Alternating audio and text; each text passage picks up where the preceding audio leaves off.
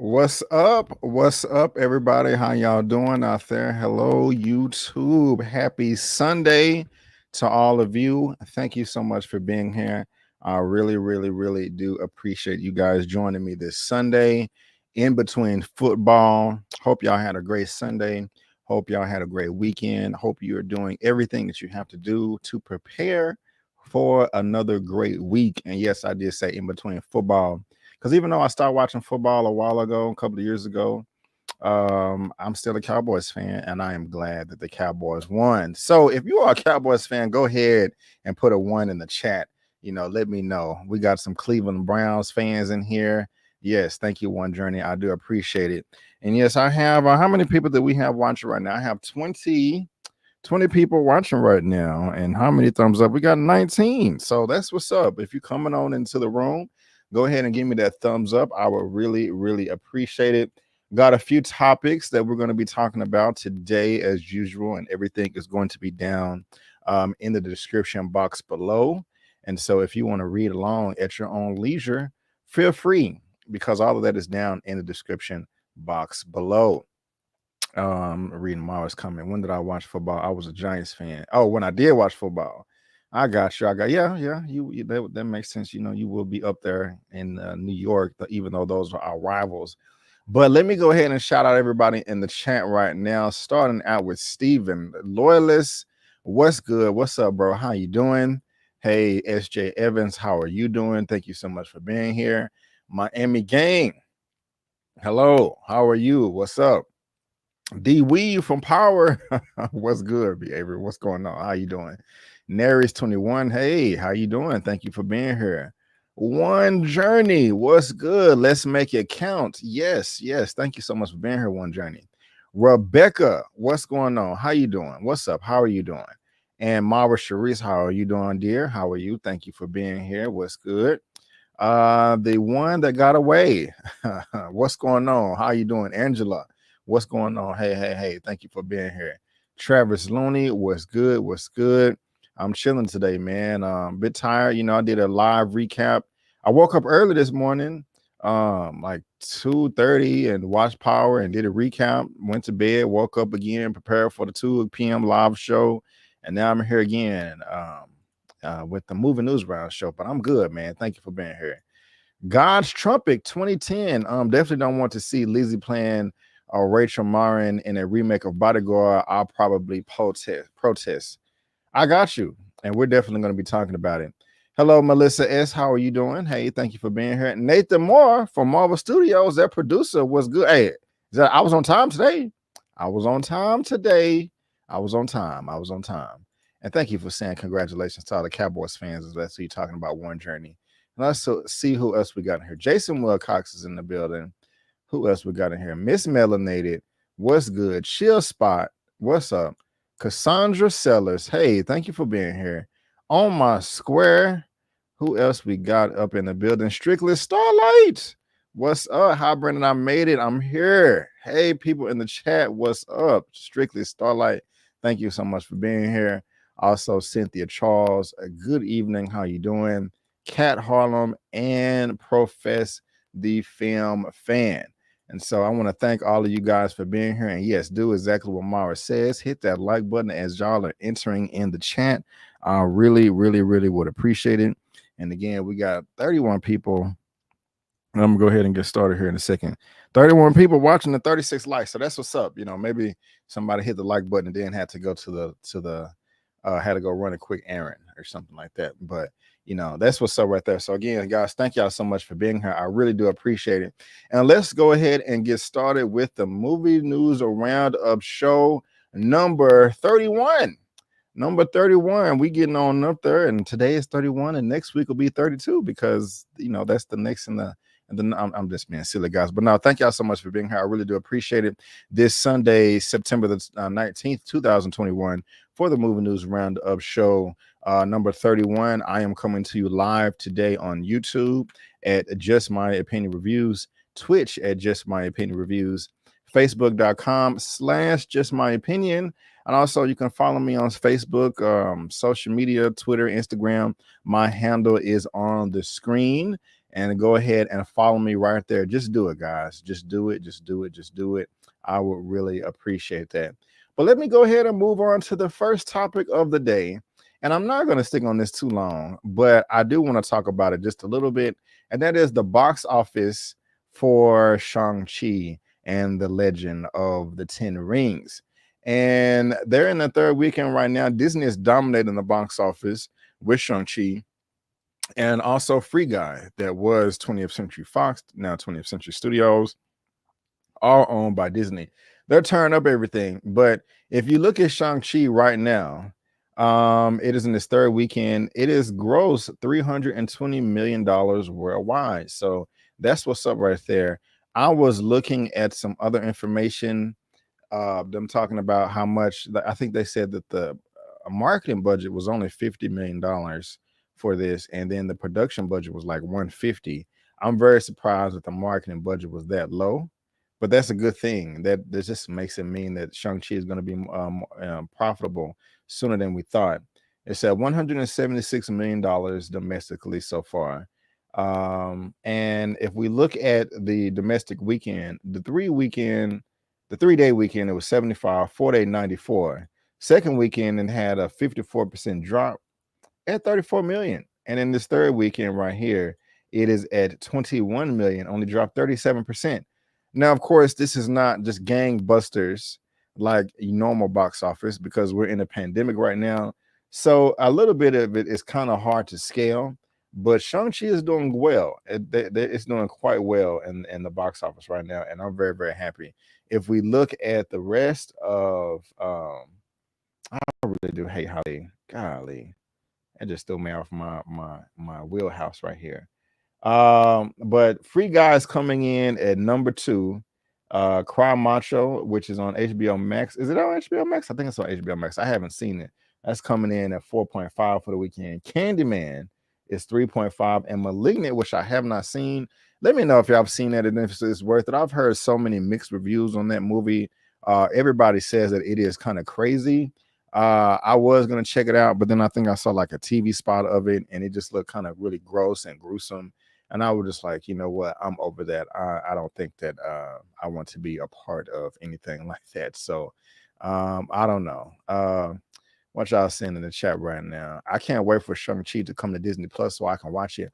I honestly cannot wait till it's released on physical media, because it's going to have the IMAX ratio on it. And I'm really big in the IMAX. And so I really can't wait for that, because a few of the scenes were shot with IMAX cameras. And so I just think that'll be super dope right there. I can't wait for that. Malignant is ridiculous, but a very good time. Really? Okay. Is it gross though? Is it nasty? Is it like, is it nasty? You know, let me know. No, I don't do horror. Won't be partaking in that movie. SJ Evans said I didn't watch it either. Hey. Nathan Mark, Brandon, you scared a little bit? I'm not gonna lie, a little bit. I heard Malignant was crazy. It's probably not your cup of tea, Brandon. LOL, based on spoilers I've read. Thank you, Melissa. I do appreciate the heads up. I'll probably stay away from it. I was gonna try to do like just, I don't want to say throw up a review, but put up a review. Probably hit up Struggles Tyra, see if she wants to do one, because I know she did a review about it. What's up, Jaron 215? How you doing, man? Zia said Malignant is trash, like the 90s late night scary movie Cinemax trash. I got you. No, ma'am. It lost me at the Dragons. I don't even know what that's a reference to. And what's up with the handle name? I'm just kind of curious. What's up with that? Let me know. Cassandra Sellers.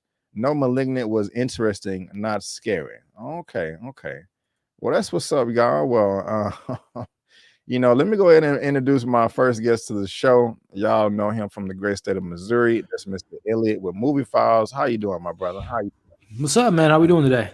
We're doing pretty good, man. We're doing pretty good. I'm kind of on a cowboy high right now. We won. Yeah, man. They got the W, right? The field goal beating the Chargers. Yeah, right at the end, man. So How about them Cowboys? I'm kind of excited. I was telling them I kind of stepped away from football. Yeah. But I did check out this game today as I was preparing for the show. So I'm feeling good because I'm here talking about movie news, which I love. I got a great guest that just popped in. Cowboys won, so I'm blessed, man. I'm blessed. How you doing? Man. Hey, man, I'm doing good, man. I don't really have a dog in the fight anymore. Being from Chicago, I used to rep the Bears back in the day, but that team hasn't seen any good wins in quite a couple decades. But no, man, I'm always a fan of the sport, so I'm glad that the Cowboys could pull it off, man. Because last week that was pretty heartbreaking with the game that played out. But yeah, man, doing good. Watching some great TV, man. I don't know if you're a fan, and everyone in the chat, if you all watch Sex Education. Season 3 was fantastic. And I know you're not a horror fan, Brandon, but there's a show coming out next week, Midnight Mass by Mike Flanagan. That what type of horror is it? I'm making so did you ever? So Mike Flanagan, Dr. Sleep, Oculus. He did The Haunting on Hill House a couple years on Netflix and Black Matter. He's not like your stereotypical horror guy. Like he's cut from the cloth of a Stephen King type of sensibilities, a Wes Craven type of director where he's really like he goes into it, like he gets into the heads of the characters and it's kind of ghost stories. This isn't a ghost story. I don't even want to tell the people what's it revolving around. So it's about religion. I'll just leave it at that. But he's a fantastic writer, man. I think you would like it, Brandon, because it's not like jump scares and blood and guts, but it's a really well written show and incredible acting, man. Okay, that was my next question. Is it a show or a movie? It's a series. Yeah, it's a series on Netflix. Yeah, coming out. I will try one episode because of your recommendation. So it's great, man. I'm telling you, it's fantastic, man. If I don't like it, y'all, we coming for Elliot, man. So just letting you know. But no, man, I appreciate you being here, my brother. Thank you so much. It means the world to me. And guys, as y'all know, this is Elliot right here, man. One of the regulars, part of the family. You can follow him on Instagram. His handle's on the screen. His information is in the description box of this video. And like always, he is on my channel tab right there. Now, I'm just at the beginning, man. I was just talk, kind of geeking out that Shang-Chi is in the third weekend of their box office, and they brought in another 320 worldwide. Nice. They had a 35% drop, I think. What happened to it?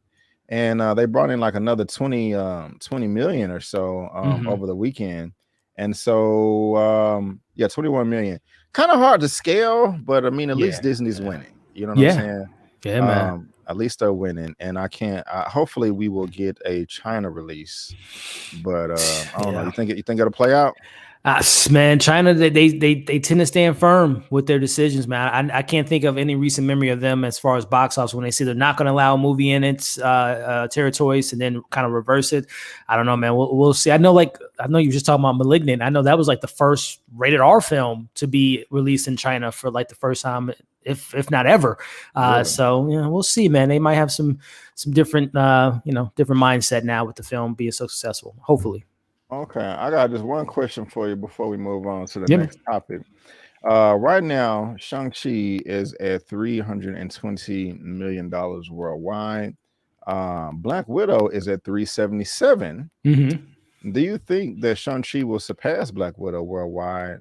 Also, do you think that Shang-Chi will get up to 400 million or maybe 450? Based on what do we have? What are we at? The 19th of this month, and we got 2 weeks in the month. We get one more. Yeah, we got one more weekend. I think it could do at least another 15 million, which will bump it up to almost 340. And then October is going to be tough because that's when we get Venom, October 1st. The following week, I think we get the James Bond film. The next week we got Halloween, so it's going to obviously take a bit of a dip. So to get 400, another 80 million within the next 4 weeks with these big releases, a little bit of a tall task. But like you mentioned, if it gets, if China, decides to release it, or if any other bigger markets internationally decide to release it, then maybe. But it's going to be a tall order because again, we got not this week, but next week again, Venom, 007, Halloween, and all the other stuff coming out. It's going to be a pretty tall feat to get that extra 80 to get that 400 million. But hey, we've seen crazy things. You never know. Yeah. We have. Sometimes these comments just be clicking up, and I didn't mean to. Hollywood really let China control them. I wouldn't go that far at all. But thank you for the comment, though. But guys, let us know in the chat whether you're watching this via live or on the replay. You're looking at it right now, or where Shang-Chi stands at 320 and Black Widow. Place your bets. Where do you think Shang-Chi will end up? Do you think it will make 350? Do you think it will surpass Black Widow at 377, or do you think it will make even 400 or 450 million dollars worldwide? Again, let us know down in the chat in the comment section what you think, because we are very, very curious of all of your thoughts. And let's go ahead and move on to the next topic of the day. A sequel. I know you are excited for, Elliot. I mean, my goodness gracious. I got this right here from Deadline. It says twin sequel Triplets set. Tracy Morgan joins Arnold Schwarzenegger, Danny DeVito, and director Ivan Reitman in hot Toronto package. Guys, just to let you know, if you're reading this via live on the replay, there's a link down to this article for you to read in the description box below at your own leisure. But going back to the article, let's go to these three gentlemen right here. And Deadline has the exclusive. It only took 33 years, but director-producer Ivan Reitman, Arnold Schwarzenegger, and Danny DeVito have found a new sequelized twins. They've enlisted Tracy Morgan to play a third, a lost sibling. Triplets will shoot January in Boston as the two unlikely brothers, Julian Schwarzenegger and Vincent DeVito, find they are a part of a trio. This immediately becomes a hot project in the Toronto Film Festival market, which, like last year, is mostly playing out in virtual fashion. Scripted by Dylan Dawson and Lucas Kanar, CA Media Finance will rep North America, and Rocket Science is handling the international sales. Let me go down here to this quote. Twins was a quite successful, and some years after this whole thing started with Arnold meeting Eddie, and the suggestion came from one of them. I was about to say, bro, that's what I thought. Yeah. Didn't this already come about or something like that, or it was teased or something? I knew I wasn't tripping. I knew I wasn't tripping.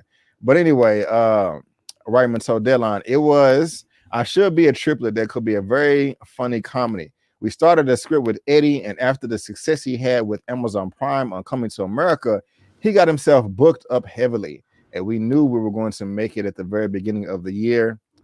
That just sounds like BS. He got booked up heavily. Right. It just sounds like successful film. Yeah, you know, it just sounds like he was like, I'm good on these right now. You know, cool it off on these sequels for a little bit. I crashed and burned with Coming to America. Y'all let us know what you think about that. That don't even sound right, but I'm gonna keep reading. And we knew we was gonna make it at the beginning of next year. I've been good friends with Tracy for a long time, and I always thought he was one of the funniest men in the world. I thought he would make a terrific triplet, and we rewrote the whole script for him. Now we'll go out and try and put the money together and get it made.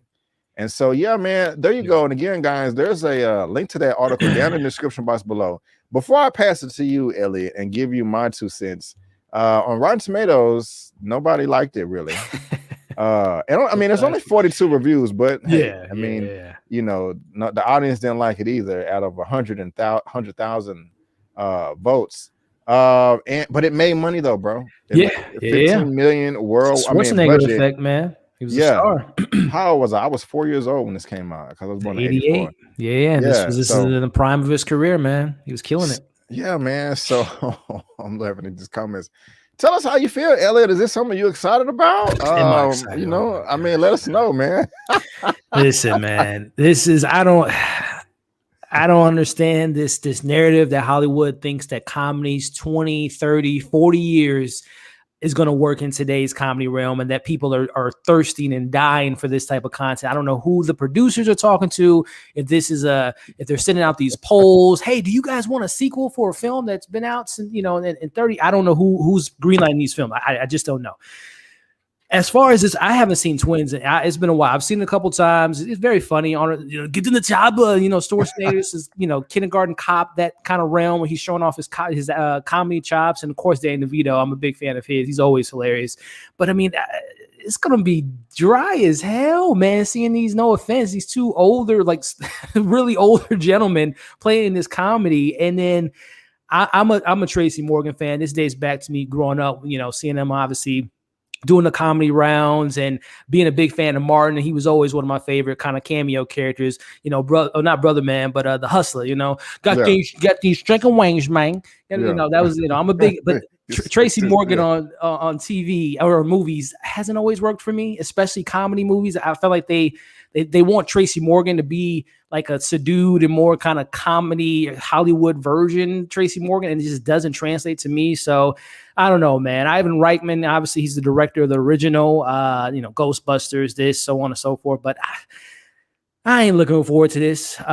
Is it coming to theaters? Is it going to Amazon Prime? Speaking of Tracy Morgan, he was a part of Coming to America 2, which is the biggest film since Eddie Murphy was so busy. I would imagine Tracy Morgan is busy too, but I don't know, man. Is this an Amazon Prime movie, man? Is this streaming straight to VOD? Let's see. I'm not sure because I honestly haven't read this. But I got another quote. We have this fabulous deal we made with Tom Pollock, who would wind up being my partner at Montecito Pictures, Reitman said. It was his first picture as the chairman of Universal. He loves the script and really believed in it. I always say that. We decided we would do this where there was very little money up front. We made the movie for $15 million, but it came with a lot of gross, and so we ended up doing very well. In terms of future rights, Universal had a restrictive secondary rights in terms of sequels that had to act on it very quickly, which they didn't because we really haven't developed it. Let's see. I don't. Is that the premise? Excuse me. Yeah. Here's the premise. Secretly, there is a third baby born, a black baby who hasn't been in touch with his siblings. Reitman shared. They don't know each other, and very early in the movie they met, and it's how they achieved a bond together after all these years. It's really a film about family, and no matter how different we all are, we have to learn to get along. These guys have great chemistry together, and you can see that in the real how much energy they have out and how much energy they bring out of each other. Man, I cannot read. Man, this is I don't know.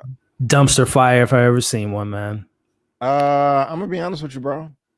I'm not excited about this, but I think it'll be good.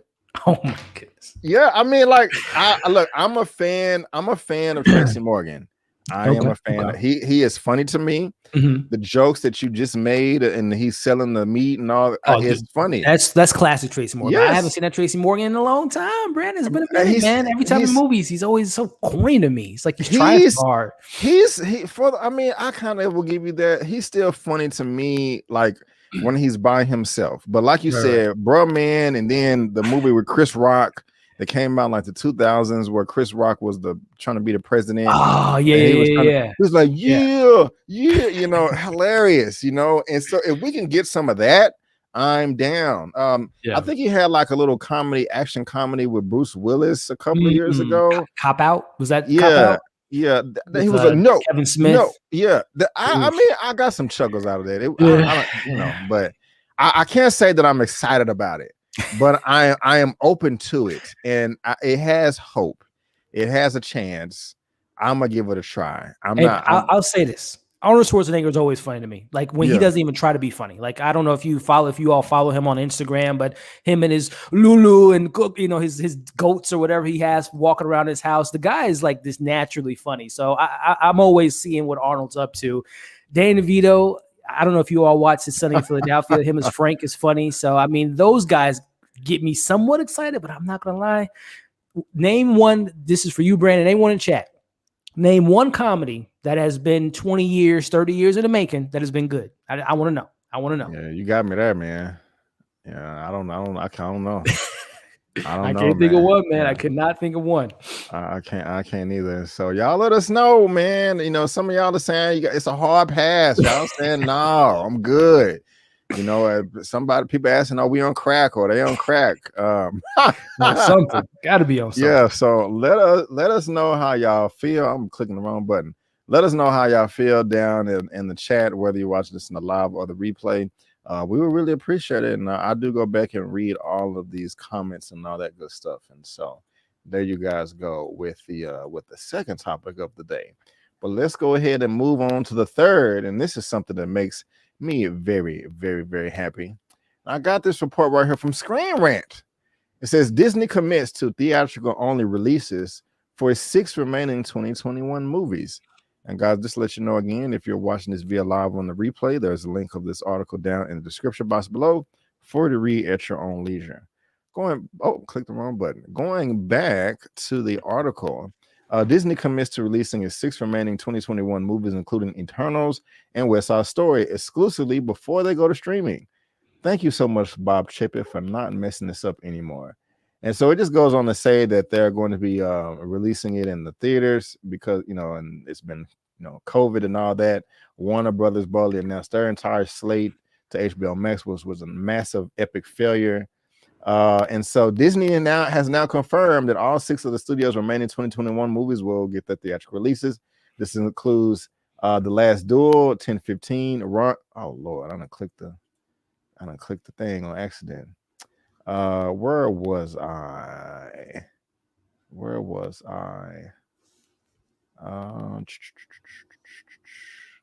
I had trigger fingers. Here we go.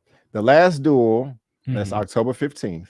Ron's Gone Wrong, October 22nd. Eternals, November the 5th. Canto, 11/24. West Side Story, December the 10th. And also The King's Man on December the 22nd. And these will all at least get a 45-day exclusive, except for Enchanto, which will receive a 30-day window so it can be released on Disney Plus on Christmas Eve. I can kind of dig that.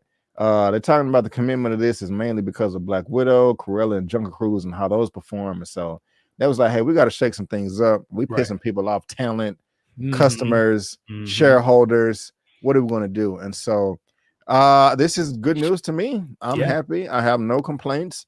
I hated the theater day and date thing. I thought that was a horrible idea. I think it loses money. I think it increases piracy. So this is a win-win-win for me, my brother. How you feeling about it? Yeah, I mean, I think Bob Chapek might have been on vacation, and the right people made the right decision. Like, Bob, we got this. Go ahead and never come back. But yeah, I think this was smart. I think, as you mentioned, I don't want to say failed experiment because there were some numbers. It did show that some of those movies, in particular, like some of the animated kid-friendly movies, were pretty successful. Because it makes sense for some of these films, like you mentioned, Enchanto, or I can't think of the name of it right now. The Lin-Manuel Miranda's new film coming out in November. They're going to do a shorter window so they can put it on Plus, and it makes family-friendly movies. You don't want to take the kids out; they can't get the vaccination or whatnot. So some of those films make sense, but as far as the big ones, as you just read over, Eternals, Kingsman, West Side Story, those films were 150 million plus budget, so they have to have that theatrical type of release. They're meant for the theaters, as well as obviously try to get some of that box office money back. So I'm glad that Shang-Chi, we talked about them earlier, it really kind of was a catalyst for this, that it shows that people are still excited and really wanting to see these films on the big screen. So hopefully this is just a sign for things to come into next year, that we won't have to have the whole Warner Brothers, HBO Max, Disney Plus, Paramount, and all that stuff. Is just going to be somewhat back to normal in regards to theatrical movies in that 45-day window, and then hitting the streaming services. So hopefully this is what's to come. Yeah, and you mentioned Warner Brothers there at the end. I have to say, man, I'm really, really excited for the future and where they're heading. I mean, unless the execs and the CEOs and all of them are just completely incompetent. Yeah. Which, excuse me, I don't think they are. They're not going to go in the same direction that Warner Brothers, HBO, AT&T was going prior. They're going to go in the opposite direction of that. Yeah. I'm just going to call it. I think it's going to work out perfectly. I think that across the board, the production is going to increase. I even have a feeling that we're going to get the Snyderverse. I feel that Ben Affleck is going to come back and direct and be Batman. That's a lot of hopes right there, man. It is, but hey, I'm speaking into existence. I just believe that. I just have a good feeling about it. Well, Nolan's gone. That's not a good sign for WB. He might not come back, but we'll see. They need to bring some people in there. Michael said put Chapek on a time out. Take him to Disney World. Have him go on a couple trips, a couple rides. You suck, Bob Chapek. Now I lose my little access because of that or whatever. But no, me and Elliot are in the greens here, right here. This is dope news. I'm excited. Elliot's excited. I think everybody in the chat is excited as well.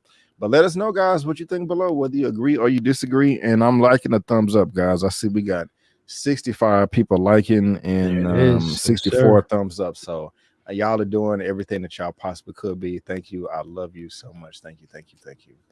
But let's move on over to this, man. We was kind of joking about it last Wednesday. Eman made this joke, but it seems like people are really flocking to this right here, man. I got this report right here from the Mary Sue. I ain't even heard of this website before. The internet will only accept the Bodyguard remake if it's Lizzo and Chris Evans. Dun dun dun. Guys, just to let you know, yes.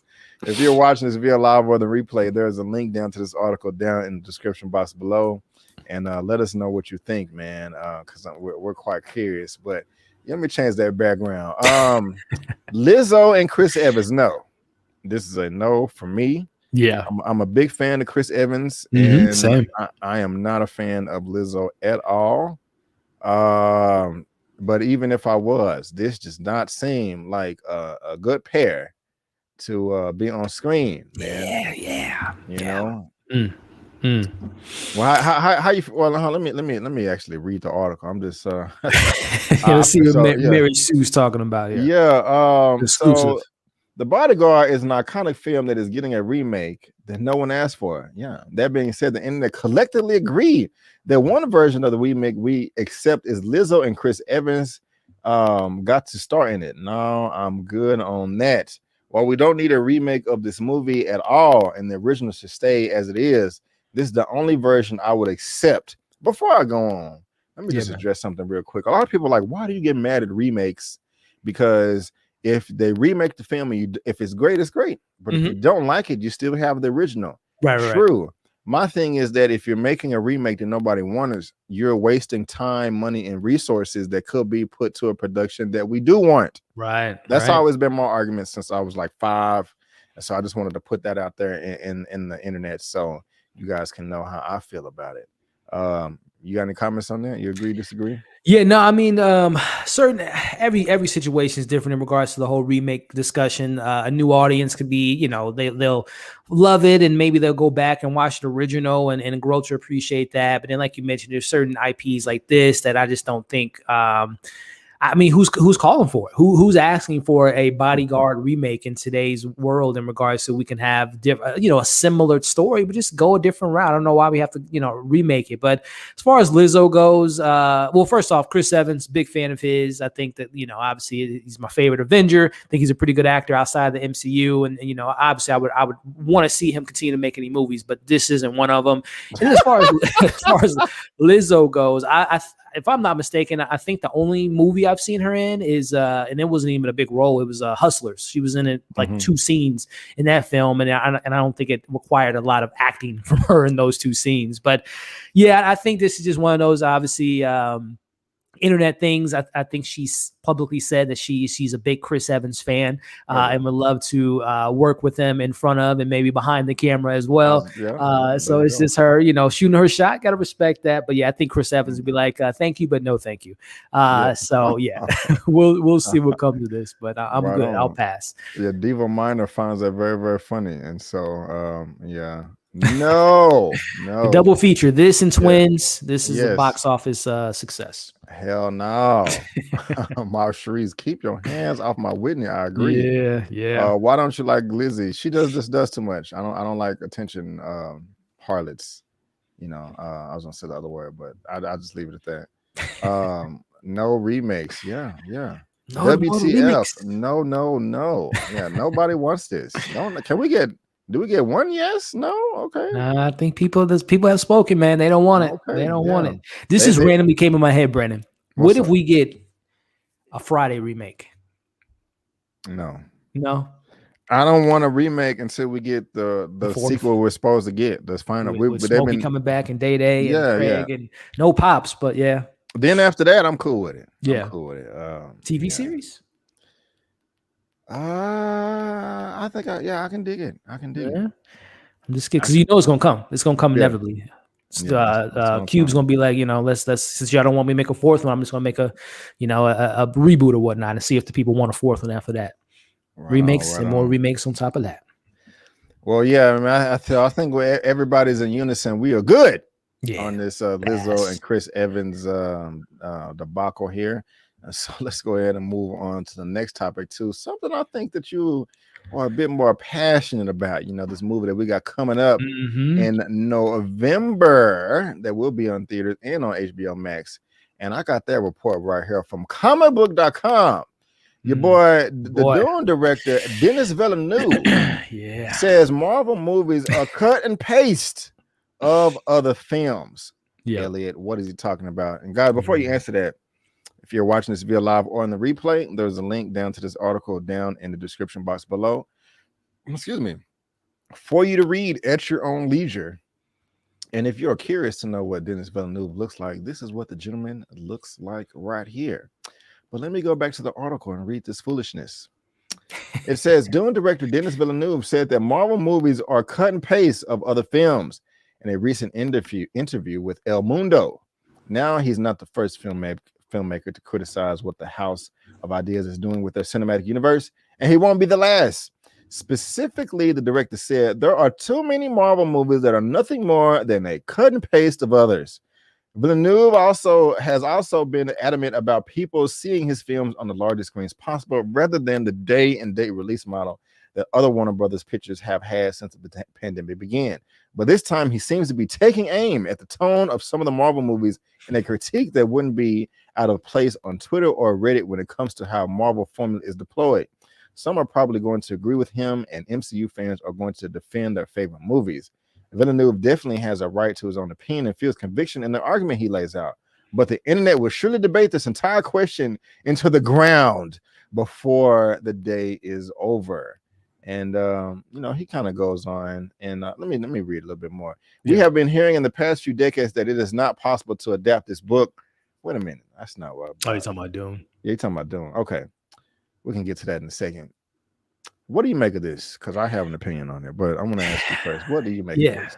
Well, I mean, yet again, another journalist, picks a headline out of a big-time director with a film coming out. We got that a couple years ago with Martin Scorsese. There's been other actors and other directors that have kind of spoken their piece, if you want to call it that, about Marvel. And I'll say this, to play devil's advocate, there's a little bit of truth in that, to be honest with you. Not necessarily the copy and pasting of it all, but there's a formula. There is a formula that Marvel uses with all their comic book movies, as well as DC, as well as Star Wars, as well as every other genre. I think every genre has a certain map that they follow. Yes, certain directors, writers, they divert from the map, but ultimately there's a map that guides you to A to B or A to Z in any genre: action, horror, comedy, comic book, you name it. There's a map that a lot of people follow when making those types of films. So when it comes to the truth in his comments, the copy and paste, there is a formula that Marvel uses that we've seen for the last 13 years. Obviously, Black Panther is much different than Ant-Man, but there's a reason why Black Panther made 1.3 billion and Ant-Man made 500 million, right? Because they're different films and they appease a different audience. So there is a difference in those movies, but they are, there's a hero's journey. There's this, that, and the third that is very similar in a lot of those movies that we see. So there's a little bit of truth in what he's saying, but on the backside, and I know people mention he's super mad, he's jealous. I don't think it's that. Again, you guys got to remember, these are journalists that are just looking for that headline. And there's a lot more than what he said in that article. Like he even mentioned, Chloe Chow, having Marvel hire her to do the Eternals is something new, something fresh, something unique. James Gunn a couple months ago talked about how some of these, he didn't say Marvel, but he said some of these comic book movies are the same thing. So it's not like we can't throw fire at Denis Villeneuve and not, have anything to say about James Gunn just because he's making comic book movies. So again, there's a little bit of truth in what he's saying, but at the same time, we obviously know that they're not the exact same movies, but there is a formula that's being made. And if it ain't broke, they're gonna fix it. The reason why Marvel movies are so successful, because people, when you go to and this is just a whole thesis of like movie theater experience, when you go to a movie and you enjoy it, it's because there's familiar beats. You feel at home, you feel comfortable, you've seen this story before, you like certain stories, as they say. So there is a formula that's working for Marvel that's getting people into the seats. So again, I know I'm reading the comments too, people are obviously taking his comments as him being jealous, but no offense, I don't think Denis Villeneuve has anything to be jealous about in regards to Marvel. I don't think he ever wants to do a Marvel film. And I hope, he continues to do what he's doing outside of the MCU or whatnot. But I can see where people can get upset, but I don't think it shouldn't be taken as him being jealous or being, that type of person. But hey, teach their Right own. on. Now, just before I get my comment, y'all heard me say there's a link to this article down in the description box. It does go on to talk about more of him wanting to film the first two films together. I really don't care about this story because I know nothing about Doom, but feel free. I can't wait. Feel free to read on if you like. I'm more concerned with the Marvel stuff. As far as your comment, I do agree with you to a degree, as far as his statements being somewhat true. However, I think that he is a moron for even making the comment at all. Like, yes, these journalists do ask them that, but some of these journalists, man, are shady as hell, and they're petty, and they're just like, "Ooh, let me see if I can get him to say this, so he can look bad." It's and they go back and forth, and they just, I mean, I don't know. This was done by El Mundo. I'm not trying to say that the people over there were trying to be messy, but I'm just saying in general. No, I'll say it. They were trying to be messy because why would you ask him about a Marvel film if he's talking about Dune? What does that have anything to do with Marvel? Okay, well, that's fair. I was trying to be fair because I want to judge in context, and I didn't hear the whole interview. But you could be right. But I still think, but like you have a movie coming out. Keep your mouth shut. Just talk about Dune. Right. Okay. Even if this is gonna make a small dent, it's still a dent. You want to make as much money, dollars, quarters, pennies as possible. That's how I look at it. And it's like, come on, man. At the age you're at, experience, man, you just know certain comments you're gonna come across as a hater. Even if somebody takes your whole quote and puts it online, and it's not just a headline thing. This was just ignorant to me. It just wasn't smart. He still does seem like a hater to me a bit, even though what he's saying is true. Yeah, like it don't need to, some stuff is not necessary. You don't have to say it. You can just be like, "Hey, it's all good. They do their thing. I'm doing my thing. More power to them, and keep it going." You just, to me, on some cold stuff, you just don't talk about your colleagues like that unless you're praising them. And so I don't know though. I could be completely wrong in my assessment with this, but I agree with you, man. I think there is, and this goes for all directors and actors. I don't know if they're not coached up. Like you're totally right, Brandon. If someone's asking, if you're on a press junket promoting your movie, and if someone asks you something outside of that movie, next question, or as you just said, hey, I don't really watch Marvel films. I don't really have too much input to say about them, because to take your opinion, if he's saying a copy and paste, that means he's seen these films. He's watched Marvel films. You can't say that without I got you. So I totally get you, man. I think he should have just maybe passed on, like I said, no comment or whatever the case may be. But hey, man, he might be one of those dudes that I don't think he has any social media presence at all. So he might be one of those people where he's just like, hey, I'm taking this interviewer as a, not in my best interest, and we're just having a conversation, and not knowing that who he is and knowing the trigger words, Marvel, MCU, copy and paste is going to blow up. And he's just like, hey, this is a genuine conversation, got caught up in it, and just having, and I'm pretty sure, like I mentioned earlier, I'm pretty sure there was more in that conversation than what, obviously the headlines, because I've read some of the conversation where he does, like I said, he praised Marvel for doing something different and hiring a Chloe Chow, who's an independent small director, won the best director last year. So he had some good things to say about them. But obviously the bad things are dominating the headlines. But like I said, Brendan, to your point, I think these directors moving forward, if they don't have nothing, like your mom and dad and grandma and grandpa used to say, if you have nothing good to say, don't say nothing at all. So right. Freedom of speech, I guess. Right on, man. Well, well said, and I do appreciate that. So let's move on to some Batman. I was like, Batman, don't get me started. Let's move on to that right there. It's gonna be on HBO Max, and you sound excited. So I can't wait to ask you how you feel about this. But moving on to the next topic, we got this right here from Variety. The Batman spinoff series about the Penguin in early development at HBO Max. HBO Max is developing a series about the Penguin that will be a spinoff of the Batman feature. Variety has learned from sources. Colin Farrell is set to play the notorious supervillain in The Batman. According to the sources, Farrell has been approached to star in the spin-off series, but no deal is currently in place. Sources also say that Lawrence LaFranc is attached to write the script for the project, which is in its very early stages. This will be about Penguin's rise to power in the Gotham criminal underworld, And are there any quotes in this right here? Oswald Cobblepot, of course, is his name. Furrow, who played in True Detective and SWAT. And so the Batman is due to hit theaters March of next year. And Elliot, you sound excited about this. I am not. I would rather see any Batman spinoff series, but the Penguin is not something that tickles my fancy, sir. Yeah, I mean, we already got that show on was it Fox a few years ago, Gotham, and then a lot of it focused on Penguin. I tried it, and I just couldn't do it no more. It was kind of like, I know some people love Smallville, but I couldn't get into Smallville for similar reasons, where it was just like the baby essence of Superman, not getting much of Batman, and that I just couldn't vibe with it, to be honest with you. Yeah, I couldn't vibe with it either, bro. And I'm just not looking for why out of all the people, Batman got a huge rogues gallery, man. Right. We've had this will be the third or fourth incarnation of Penguin since maybe longer than that. Batman, you know what I'm trying to say. Yeah. I was trying to say since the 90s, but Batman been that way before that. I'm tripping. But why we're killing me, these comments. Ashy and raggedy. Yes, this is ashy and raggedy. I'm not looking forward to this. I'm just not. I don't know. Why can't we get a Green Lantern spinoff show? I mean, I know they trying to spin off the Batman. It's coming. Can we get a Catwoman? Can we get a Damian Wayne or something? The Court of what is it? The Night Owl Courts or something? The Court of Night Owls. The Court of Owls. Yeah, the Court of Owls. Can we get I don't know, something else other than this. Something other than the Penguin. This is awful. How you feeling, bro? How you feeling? Hey man, I feel the complete opposite, my friend.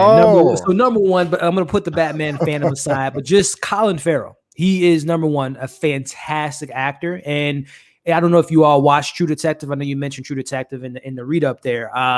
Not the best season, but he was fantastic in it. And like I mentioned, he's a great actor. So anything Colin Farrell's in, I'm a big supporter of him as an actor. And now jumping into my fandom of Batman and this character, and knowing that another HBO show, rest in peace to Michael K. Williams, he's a part of the show, Boardwalk Empire, Pinky Blinders, Sopranos. I'm a big mobster gangster guy, and you obviously seeing the ranks of how Penguin became the person that he is, that we know him in the comics and everything of that nature. Sign me the hell up, because we're going to be dealing with the Falcones and how that kind of ties into the movie. Because what Matt Reeves is doing right now, quietly and not really saying it that much out there, they're building the Batman universe on the big screen and on the small screen, very similar to what Marvel's doing on Disney Plus, where we're going to see these characters. Like, he's not, from what I've heard of the Batman film, the Penguin's only in like maybe 4 or 5 scenes in the film. And the reason they're doing that is to build out the world, build out the characters, a la this TV show. And we already know we're getting the Gotham PD show with Jeffrey Wright coming back. So listen, man, they're building the seeds, and all those characters you just mentioned. I won't be surprised if DC fandom, we're going to get the announcement of this show. Catwoman, you mentioned Zoe Kravitz. She will be probably having her own spinoff show. Mr. Freeze, maybe diving into, like you mentioned, the Court of Owls, diving deeper into the slums and the corruption of Gotham. I couldn't be more excited, man, because Gotham is a character within itself, in the street level, like I said, gangster mob, how people came to be. Dude, come on, man. This is exciting. And again, don't expect it just to be Penguin. We're going to get some other characters probably making cameos within these shows to prepare them to come into the big screen. So listen, anything Batman, sign me up, man. I'm really excited for it. Okay, well, let me grab a super chat real quick, and then I'm gonna get another opinion. Famous J for $5. Thank you so much for the super chat. I do appreciate it. Yes! Batman is Gotham City. The villains do not make Gotham City. I hated Gotham. Yes, this is why DC is way behind Marvel in putting out quality content. Pass. I'm sorry for screaming like that, guys, but I was just passionate about it. But pass. All right. Let me go get one more super chat real quick from Papa Avery, $4.99 super chat. Thank you. What a money reside. What a money reside. What a money reside. What a money reside. Thank you, Dad. Where the money reside, I appreciate it. Hey, all y'all, tell my dad you support him and you encourage him to start getting healthy and and enjoying his retirement. Tell him to quit his job so he can work out and enjoy his retirement. I would love man. Papa Brandon Avery to maybe come on Brandon's show and kick it with his son and really get that retirement train going a little early. Hey, well, come on, Dad. But let me introduce my second guest to the show today. He is patiently waiting backstage. We got to hear what the stock market master genius has to feel about Penguin. What's up, my brother Lamont from Life Gains? How you doing, sir? How are you doing? I'm good, man. How you fellas doing? Fantastic, my brother. Fantastic. Thank you for being here, man. Mm-hmm. Y'all know this is Lamont right here with Life Gains. His information is in the description box of this video, and also he is on my channel tab right there. Before I grab your opinion on this, Lamont, let me just get one more super chat real quick from Lupin Zero, $4.99. Thank you so much.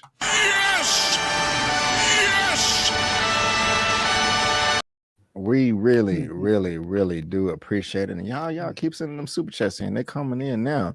But my brother, again, thank you so much for being here. I don't know what number this is on as far as topics, but how you feeling about this right here, man? We got this variety. They're coming out with the Batman movie, right? Mm-hmm. But now they're talking about having a spinoff sequel for the Penguin. With Colin Farrell as Penguin on HBO Max. I'm not excited about it at all. Oh, excuse me. I'm so sorry. I'm not excited about it at all.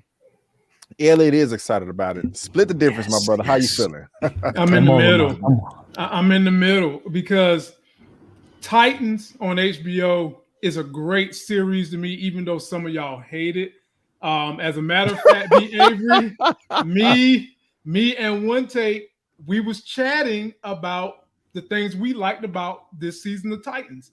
And so it started out slow. I'm not even going to sit here and act like it started out a blazer. It wasn't. So I'm indifferent because the show could start out horrible, and I like Colin Farrell. I'm a fan of his. It could start out slow and eventually get to be good. But my issue with them having a show based on Penguin, who is going to be his adversaries? Are we going to see Batman? Because usually when they do these type of spinoffs, we don't get to see Batman. We're going to see the plight of Penguin, what his allegiances are, and the things he's going through. And in that regard, I'm not for that. Now, we're going to get superhero cameos in the show often and early, then I'm there for that. But if this story is strictly Penguin and his rise to being a mega Gotham bad guy, I'm hard pass on that. All right. Well, we got 2 hard passes in the past. I'm telling y'all gonna see when that show hit on like I said, Peaky Blinders meets Boardwalk Empire with the sprinkle of Gotham, and seeing the Penguin go against the Falcones in the position of power on the Gotham streets.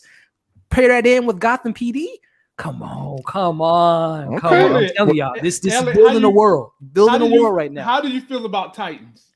I haven't watched Titans. I am an anti-non. I know Batman's like he makes an appearance in the show, but like I've never been a Titans fan like from the comics.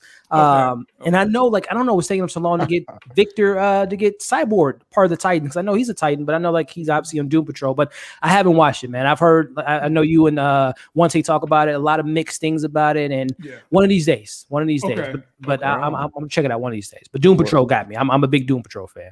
And Elliot, I'm gonna say because of your enthusiasm, my brother, I'm gonna give it a try. I'm gonna give it a try. Y'all know I'm in my heart. I'm a DC guy. The poster behind me says DC, not Marvel.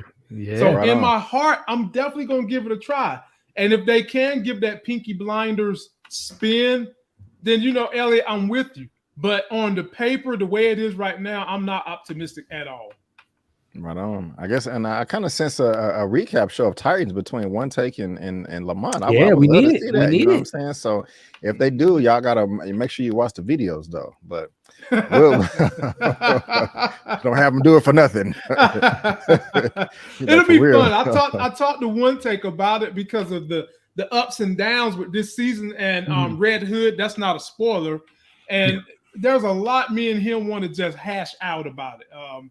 Well, hey, like you said, Elliot, we need Cyborg. He's missing from the team. A couple of the other ones have had some issues, and this Red Hood thing is kind of frustrating. the manner in which they're going by it. So we're gonna try to make it happen. We definitely try to make it happen. Already. Well, let's go ahead and move on to the next topic. We almost towards the end. There's a couple of more topics to go, and we got this brother right here. I'm a big fan of his, Mr. Giancarlo Esposito. Yes. And I got this report right here from Deadline. Giancarlo Esposito, the star in heist drama series Jigsaw from Eric Garcia, Ridley Scott for Netflix. That's what's up. That's what the gentleman looks like right here. The real life story about $70 billion in bonds that went missing in downtown Manhattan during Hurricane Sandy is being loosely adapted as a series for Netflix. Giancarlo Esposito is among the cast in Jigsaw, a heist action drama that the streamer says takes a non-linear approach to storytelling in the way where viewers are in control. And guys, just to let you know, if you're if you're watching this via live on the replay, there's a link down to this article in the description box for you to read at your own leisure. But this does sound interesting because honestly, this is the first time I read it. The Breaking Bad Emmy nominee is joined by Paz Vega, Rufus Sewell, and Toddy Gabriel, and a number of other talented stars. This Jigsaw is currently filming at Netflix in Brooklyn. It is making its first production at the company's new Brunswick studio. Spanning a century, this has attempted vengeance, and the series consists of 8 parts ranging from 24 years before the heist to the 1 year post heist. Okay, because they did say a non-linear fashion. I'm look, okay, that's pretty much the end of it. This sounds hella nice to me. I'm down. Lamont, how you feeling about this? Let us know. 100%. When you sent me this week, I read up on this. I am a Giancarlo fan. This brother has been around since Juice. He's currently just did Godfather Harlem, Star Wars. The brother is so talented. You could literally just watch him on screen the whole entire time. And to now see him in a heist, loosely adapted thriller, basically, about what happened when Sandy came and hit Wall Street. And y'all know I'm into stocks. I'm into the money. I'm into what happened with these bonds. And to just see him portray this with the range this brother has, I can't wait. This is one I'm so passionate about. I might have to review it. So yes, bring it on. I love the enthusiasm. That's what's up. Elliot, how you feeling about this, man? Yeah, man. Lamont summed it up perfectly, man. This dude is he's been doing it for a very long time, as he mentioned, from back in the day with Juice, and obviously Do the Right Thing, and career has just he's the villain. He's a TV villain of all TV villains, whether it's Breaking Bad. We know he's doing his thing on The Boys, doing his thing on The Mandalorian. DC, I would love you guys to pick him up. Mr. Freeze fan casting. We'll see what goes on there. But no, he's fantastic as an actor. This story sounds intriguing. It sounds more to me like I wish it was more of a weekly discussion versus a Netflix, obviously all bingeable. And I think a story that's going to jump between time probably works better as a weekly series versus just like watching it all at once. But neither here nor there. It sounds very interesting. You can't get a better actor than what they have here. Really excited to see how they round out the cast, who's going to be, obviously directing these episodes and all that stuff. But yeah, anything he's involved, that gets me excited. Yeah. Nice, gentlemen. I love it. I love the enthusiasm from all sides. Of course, this is him right here on IMDb. Got all these nominations. His filmography, the usual suspects, man. He go way back. You know what I'm saying? Now, did y'all ever hear about Samuel L? Him and Samuel L. Jackson are like besties. They're tight. I did not know that. Samuel L. had a position for him with the MCU and the Russo brothers, and at the time, Giancarlo turned it down because he was going to do Godfather Harlem, but he said, "Don't forget about me in the coming years." And I would love to see that. Elliot picked up on it already.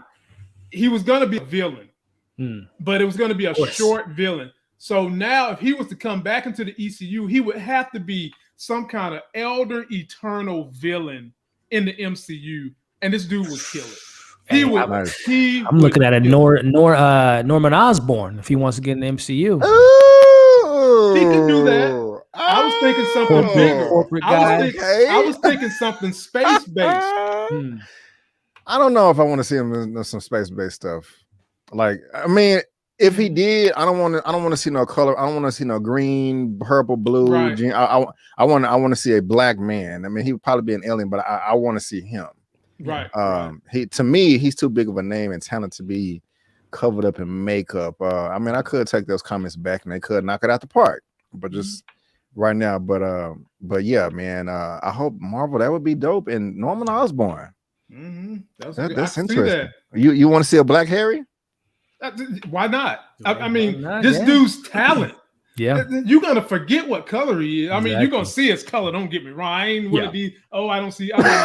No, I'm not saying that. I'm saying when his talent starts portraying itself on screen, you're gonna forget all about what color he is. You just gonna be like, damn, this brother can act. That's what I'm saying. Right on. That's dope, man. I had this filmography pulled up. This brother got 186 credits.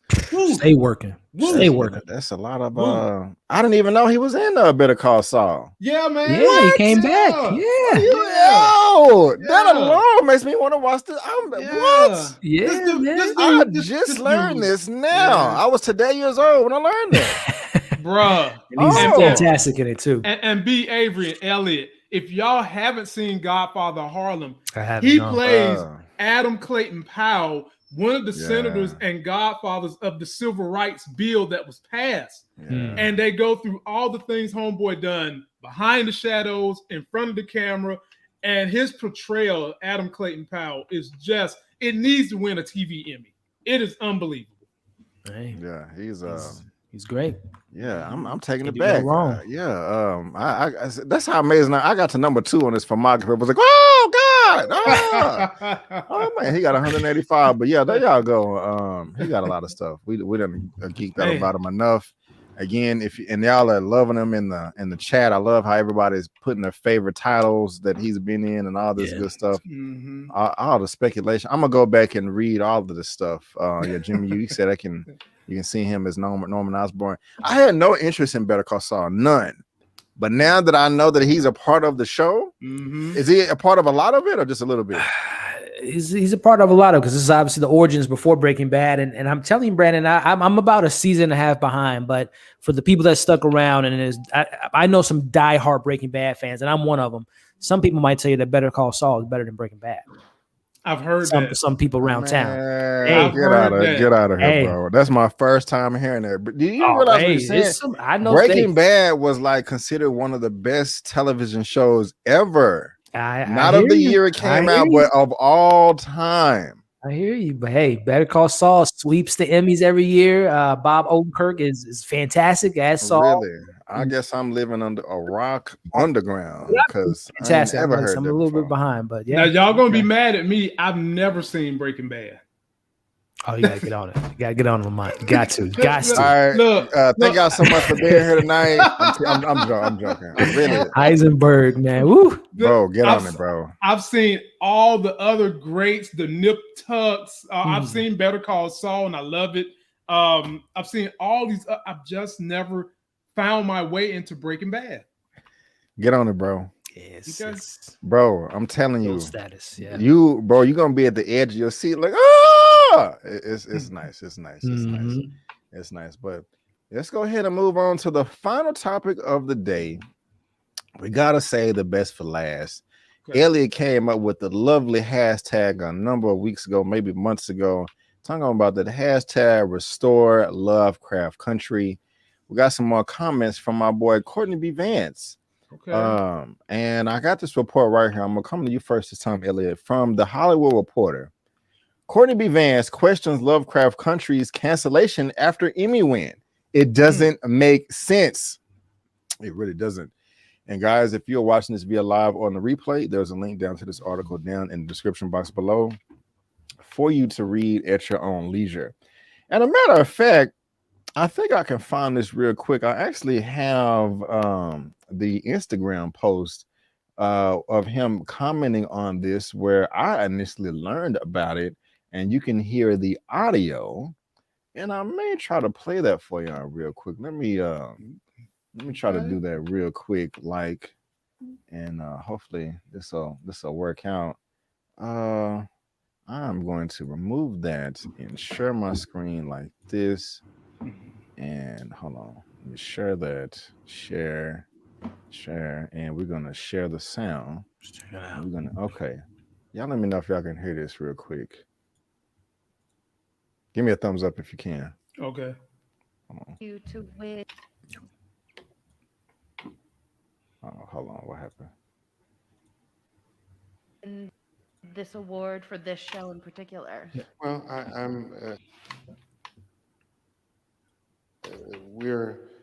I'm very, very happy, but at the same time, I'm very sad because of Michael and because we're not still doing the show. So in my mind and in my spirit, it doesn't make sense. Something that was as successful as that show was, that the powers that be could not figure it out. So I'm sad for audiences that we don't get to see, like Game of Thrones. We don't get to see 8 years of following these characters and learning more about the time period, and learning about our people and the struggles, and where Misha's mind was going to go. So that's very painful for me as a fan. And Congratulations on this. thank you. Well, guys, there you go, man. It's a shame. Elliot, break that down, man. And again, we got this article right here. But Elliot, how you feeling about those comments? And let us know how you feel. Yeah, I mean, you can hear the confusion in his voice as he's winning an award for the show. That was fantastic. And I read the article, man, and the CEO, whoever he is, the head guy, head honcho at HBO Max, was like, so he said, there's so many reasons that we had to put the show on the shelf, and didn't even mention one of them. He just said, Misha Green and them made a great show, and a decision like this, there's not just one particular thing that it leads to, and he literally doesn't mention any of so just so many reasons why it was canceled. He didn't mention any of them. So only thing that I could think of, man, is that the stock in the investment in these talented individuals, their stock was already rising, but at this point now, I'm looking at Jonathan Majors with Marvel now, and obviously still making movies and just killing it. Journey Smollett is her stock haven't been higher. We know that her and Misha Green are going to be making the Birds of Prey film. Misha Green doing that film, doing Tomb Raider. So I would imagine they were like, pay me, let's continue to make this show 8, 9 seasons or 5 seasons of Game of Thrones style. But HBO is like, we don't want to pay them, so we're not going to even entertain the idea of continuing this, because they probably didn't want to pay these talented people what they should have been paid to continue the show. That's the only thing I can think of. But as he mentions in that interview, Apple TV obviously has Misha Green exclusive deal, so hopefully maybe Apple can bring the show back, because it is a show that needs to be brought back. It's a show that deserves a continuation of the stories to be told. Obviously, rest in peace to Michael K. Williams. In regards to his storyline, but from everything Misha was setting up with zombies and Confederates and having Black people having their own lands and diving deeper into the legacy of the little girl in the show, and obviously Atticus and Letty's son. I mean, this show is just going to be, it's silly, man. This is a Bob Chapek move to me. Maybe Bob and the CEO of HBO are golf buddies, and they were pitching each other ideas. Hey, Disney Plus, Bob, you should do that. And HBO, hey, HBO, you should cancel that show. That's killing it. So maybe they're exchanging idiotic ideas. Maybe that's what's happening. Right on. Lamont, how you feeling about it, man? Brother, I think the pay is one thing. But I just got to say this, man. I think that HBO is running away from the uncomfortableness of the racial issues that have been put in this, and as well as 100%. What they did with Regina King's version of The Watchmen. Both series had great review numbers, but you did see a lot of people, Anglo-Saxons mainly, highly uncomfortable with some of this stuff that is basically source material from what really happened in real life, spliced in with some sci-fi fiction.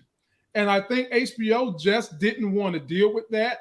They probably didn't want to deal with something that would be so controversial, but still good enough that you can't just outright exit.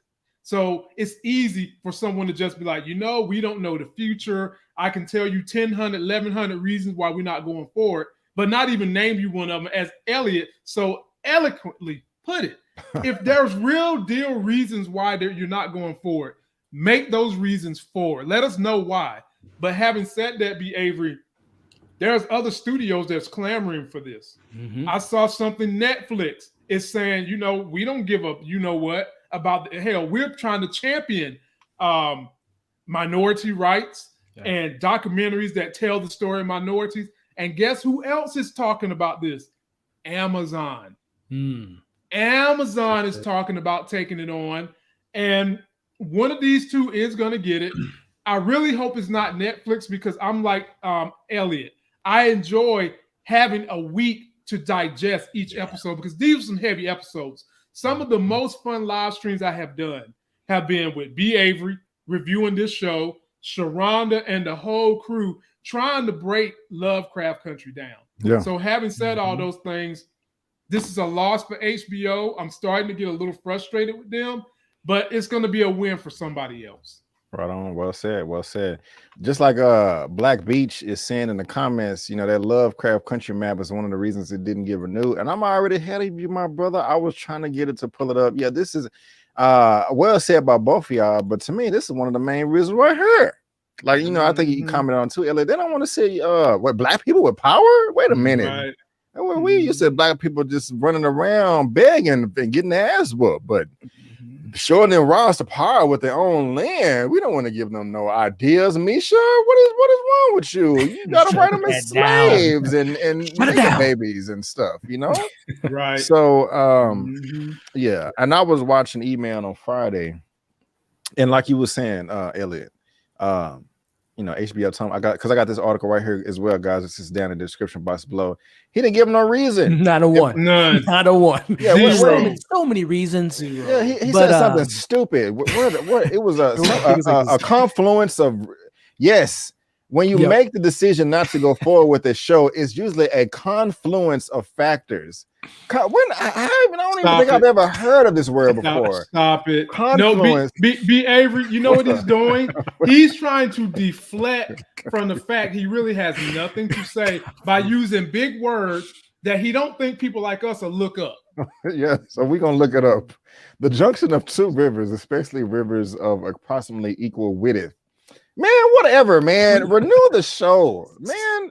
I mean, like if it's money, say it's money. Yeah, you know, if it's just say what it is. We got all this other news coming out about this and that and why things fall apart. No, it's because they didn't want to see a bunch of Negro babies rising to power, and I'll die on that hill. I don't care. Let me fight me in the comments, but and I'm having fun too. I'm serious, but being let's silly. get it. That's right. Let's get it. No, but y'all let us know what y'all think of this too. It's this disappointing. This BS. Like Zia said, you know. But I think that hopefully somebody picks it up. Someone has to, man. It's Amazon. Too much stories to be told, and like Lamont said, man, how. The conversations that the show generated, the awards, like literally when shows win awards, that's like, you know, cities winning championships. That's huge for the production of HBO to produce more shows when you have award-winning shows like this, and obviously the stock from the actors, and it's just a terrible business decision. So hopefully, like you guys mentioned, HBO or Amazon or Netflix or other cases can pick them up and continue these great stories. Right on, and you know, better late than never. You know what I'm saying? My boy Eman with Eman's movie reviews is coming through with the $20 super chat. Here we go.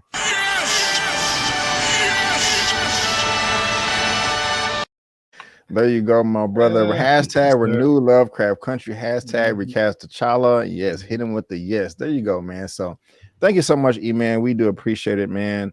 Y'all follow him. His information is in my description box of this video, and he's on the channel tab as well. And so thank you again, man. I do appreciate that super chat.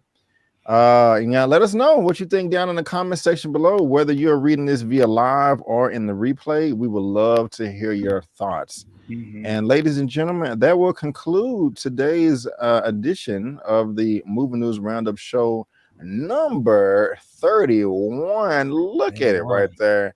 Thank y'all so much for being here. I really do appreciate it. Elliot and Lamont, thank you for being here as well.